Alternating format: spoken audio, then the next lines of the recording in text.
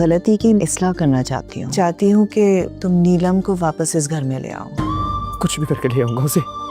तुम उसको मेरे बराबर लाकर खड़ा करना चाहते हो। तुम्हारी बराबरी तो वो कर ही नहीं सकती। कहाँ तुम और कहाँ वो। मेरी बेटी के दामन में सारे जमाने की खुशियां भर दे। मैं अपनी जान दे दूंगा, बता रहा हूँ तुझे चुटकी। सामान पैक करो अपना, तुम वापस मेरे साथ घर जा रही हो। मेरी निशात साहब। मासूम की एपिसोड 25 ने कहानी को बहुत ही इमोशनल और सेंसिटिव मोड पर ला खड़ा किया है। इस एपिसोड में हम देखते हैं कि माँ अपनी गलती का एहसास कर चुकी है और अब वो चाहती है कि नीलम को वापस इस घर में लाया जाए। लेकिन सवाल ये है, क्या सिर्फ गलती मान लेना ही काफ़ी होता है? आने वाली एपिसोड्स में सबसे बड़ा कॉन्फ्लिक्ट यही होगा कि नीलम क्या वाकई इस घर में वापस आएगी या नहीं।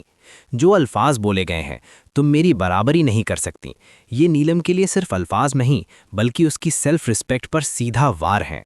और नीलम अब वो लड़की नहीं रही जो हर बात बर्दाश्त कर ले। लगता ये है कि आगे चलकर नीलम अपनी शर्तों पर फैसला करेगी। वो सिर्फ वापस आने के लिए नहीं बल्कि अपनी इज्जत और पहचान के लिए लड़ेगी। दूसरी तरफ घर के लोग अब भी उसे कमज़ोर समझ रहे हैं, जो सबसे बड़ी गलतफहमी है। इस ड्रामा का असली मैसेज यहीं से शुरू होता है कि औरत की कीमत उसकी खामोशी नहीं बल्कि उसका हिम्मती फैसला होता है। आने वाली एपिसोड्स में रिश्तों के नकाब उतरेंगे, सच सामने आएगा और शायद कुछ लोगों को अपनी सोच पर शर्मिंदा भी होना पड़े।